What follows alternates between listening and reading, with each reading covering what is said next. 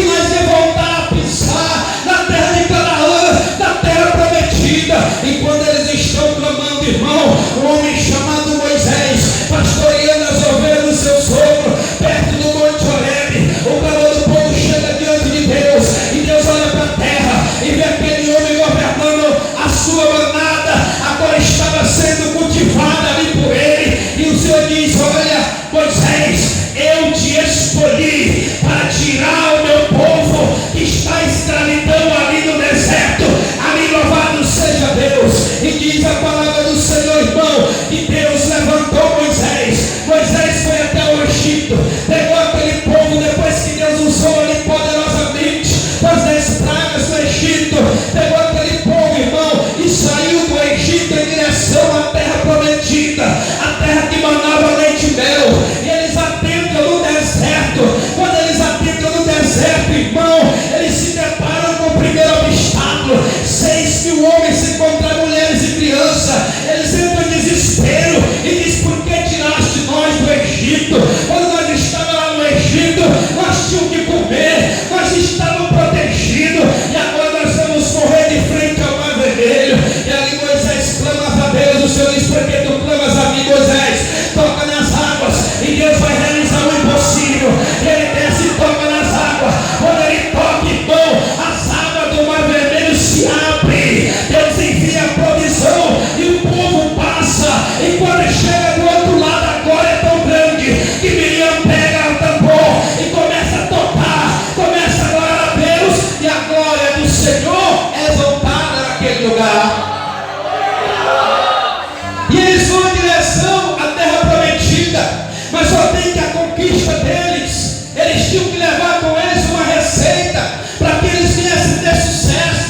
Para que eles viessem ter sucesso naquela conquista, eles tinham que ter uma receita. E ele subiu, Moisés subiu ao Monte Horebe. Quando ele subiu no monte, irmão, passou vários dias em cima do monte. E quando ele estava lá, Deus estava tratando com ele. Quando ele desce com a receita para o povo e diz: olha, Deus me entregou aqui nas tábuas os 10 mandamentos, a qual vocês têm que guardar, a qual vocês têm que viver, a qual vocês têm que guardar nas tábuas do seu coração, porque a terra que vocês vão conquistar é uma terra boa, mas lá tem uma nação pagã, lá tem um povo que tem costume de pegar criança e matar, oferecendo a outros deuses. Mas se vocês guardar esta palavra que eu vou usar hoje, vocês vão ter sucesso na conquista de vocês, irmão. Muitas das vezes nós entramos no deserto, passamos pelo vale e não queremos entender, mas é no deserto, irmão,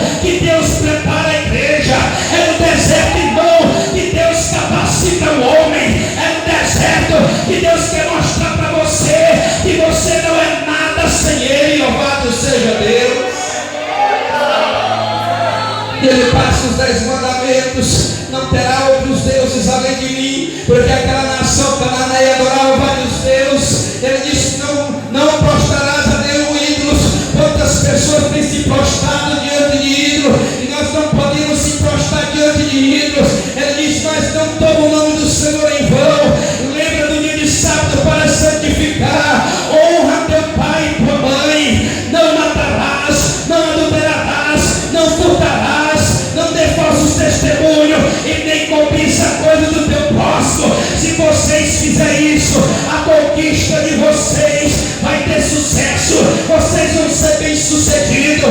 E ali, irmão, se cumpre agora a palavra a qual nós lemos nessa noite, que diz: todo lugar em que pisar a sola do seu pé, eu tenho dado conforme declarei a Moisés. De repente o Senhor diz: Moisés, sobe no monte. Quando Moisés sobe no monte, o Senhor diz: olha para a direita, olha para a esquerda, olha para a linha até que você possa enxergar. Você está vendo, Editor? O que é que você está vendo? Senhor, eu estou vendo a terra prometida, eu estou vendo uma terra fértil, uma terra que manda leite e mel. E o Senhor diz: olha, tu está vendo tudo isso que você está vendo aí, é o que eu prometi para o meu povo. É essa terra que eles vão adentrar, mas tem um porém. Eu estou te mostrando que eu vou dar para eles. Eu estou declarando para tu que a terra eu vou dar para eles. Mas eu te digo, Moisés, tu não vai entrar lá. Mas Josué, aquele que tu levantar, aonde ele colocar a planta do pé dele, ou eu vou dar para ele, porque a promessa a qual fiz a teus pais, ao pai Abraão.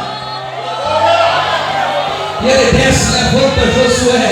E ele diz: a partir de agora, Josué vai governar vocês, porque o Senhor vai me levar, o Senhor vai me levar para o seio de Abraão. A partir de agora, é Josué que vai governar vocês. Josué era um bom servo, aonde Moisés ia, Josué estava. Josué sempre honrava Moisés. Josué era um cara de exemplo, e quando ele lidera um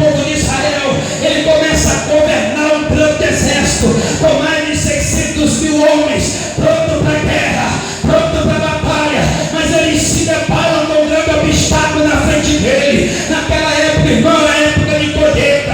Toda época de colheita do inverno, a chuva era grande naquele lugar. O rio Jordão estava com as águas barrentas, estava cheio, transbordando, e não tinha como eles atravessar nadando, porque ia chegar lá cansado do outro lado. Mas eles falaram: olha, santificai-vos, porque daqui 3 dias o Senhor vai realizar o milagre, e nós vamos atravessar o Jordão, porque onde eu colocar a planta do meu pé, o Senhor disse que tem me dado, porque o Senhor mesmo me falou dizendo: levanta-te, Josué, tenha bom ânimo, porque eu te dei esta terra, pois é promessa que eu fiz a Abraão. Passaram 3 dias, eles pegam o sacerdote e pegam a arca do Senhor, a arca da aliança, e quando os sacerdotes colocam os pés dentro d'água, na hora dos seus pés molha, acontece o sobrenatural. O rio Jordão se abre, e eles vão até no meio do rio Jordão e fica parado, e aqueles homens prontos para a batalha, prontos para a guerra, atravessam o rio, e quando todos atravessam, aqueles homens saem com a água para fora, os sacerdotes, e no momento que eles saem, o rio Jordão, as águas voltam ao normal. E eles pensavam que quando chegasse lá, ia conquistar a terra, se depararam com uma grande muralha. A cidade de Jericó era a primeira luta que eles iam travar, mas as muralhas de Jericó tinham mais de 400 anos na época. Era uma cidade fortificada, onde os homens eram prontos para a guerra, onde a nação era pronta para lutar, era pronta para pelejar, e os muros eram tão largos que em cima dos muros ficavam as casas das pessoas, e aquelas casas que estavam em cima do muro, aquele povo que ficava lá servia para estar olhando se ia chegar algum inimigo, porque se chegasse algum inimigo, eles iam até o rei e diziam: o inimigo está se aproximando. Mas Josué foi estrategista, mandou os espiões entrar lá, eles entraram de fininho. Quando eles chegaram lá, irmão, tentaram matar eles, Raabe esconde eles, e eles se escondem, e depois eles voltam para a sua terra. E quando ele chega diante de Josué, Josué pergunta: e aí, meu amigo, o que foi que vocês acharam da terra? Ele: Josué, a terra é boa, a terra é frutífera, mas eu tenho uma coisa para te dizer, Josué, Deus tem entregado a terra para nós, Josué, porque o povo lá está com medo. Quando eu ia passando lá, e conjecturando nessa noite, eu vi um povo se reunido, conversando. Ei, vocês viram como aquela nação de Israel atravessou o Mar Vermelho? Ei, vocês viram como a nação de Israel atravessou o Rio Jordão? Olha, Josué, o temor está tão grande dentro da cidade, o semblante deles está desfalecido, eles estão tristes. Eu te digo, Josué, vamos, porque Deus vai entregar essa cidade para nós. E Josué espera a ordem de Deus. Ei, as muralhas podem estar na frente, irmão, as muralhas podem estar de pé, mas não baixa a sua cabeça, não se curve diante da muralha, não volte para trás. Problema sempre vai existir, luta sempre vai existir, mas Deus sempre existirá. Desde a consumação do século, Deus é Deus do passado, presente e futuro. Então Ele é maior do que os teus problemas.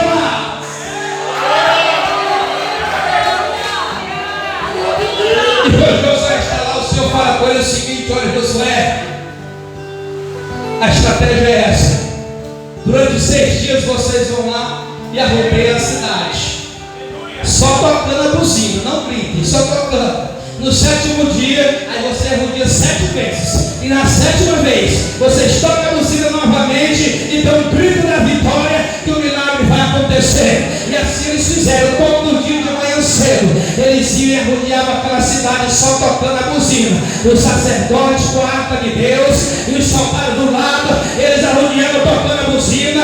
No dia 2 do mesmo jeito, no dia 3, 4, 5 e 6. Quando foi para o 7º dia, Josué reúne o povo e diz: olha, agora se prepara, porque Deus agora vai agir. Agora nós vamos todos juntos, e quando nós arrudear pela 7ª vez, da buzina tocar, vocês abrem a boca e glorifica, grita, e as muralhas irão cair. E assim eles fizeram. Então arrodearam a cidade, e na 7ª vez tocaram a buzina, e eles começaram a gritar. Quando eles gritarem, eu creio